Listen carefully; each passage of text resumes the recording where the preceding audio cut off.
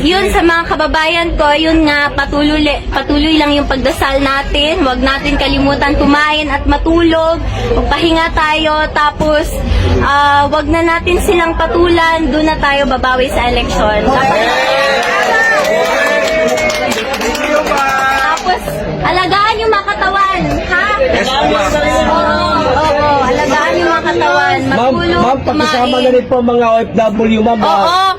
Nakita ko sa sa internet ang daming mga protest, mga prayer rally ng mga OFW. So maraming salamat sa inyo lahat.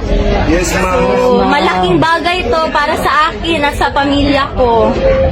Kasi wala kaming hinihingi, yung dasal nyo lang, yun lang, okay na kami dun. Dasal at suporta, yun lang talaga. Mag-vitamins kayo ha, may vitamins dito. Maraming salamat sa vitamins, ma'am. Oo. Hindi yan, yan, donation yan. Donation pala. Oo, salamat sa inyo. Salamat.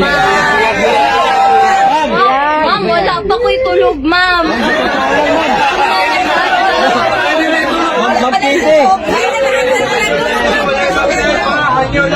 Kung na kayo akong diri kay dili man to ka skincare kay busy kayo ko ba, no? Ma'am, katinutangay lang, ma'am.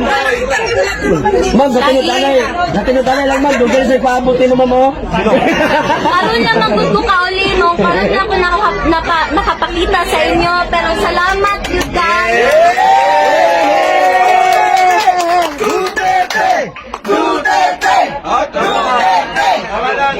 Kita mo undang ka, kita mo undang. Ayun sa makauli siya. Ang gusto lang niya makauli sa Davao, kana oray ang gusto. Tuhon. Oo.